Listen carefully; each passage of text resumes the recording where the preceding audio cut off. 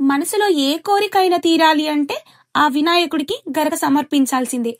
అంత ప్రీతికరమైన గరకకి పురాణాల కథల ప్రకారం అనలాసూరుడు అనే రాక్షసుడు ఒక భయంకరమైన అగ్నిరూపుడైన దైత్యుడు. అతని శ్వాస కూడా అగ్నిలా ఉండేది. దేవతలు, ఋషులు, ప్రజలు అతని కారణంగా చాలా భయపడ్డారు. అతని అగ్ని శక్తికి ఎవరూ ఎదుర్కోలేకపోయారు.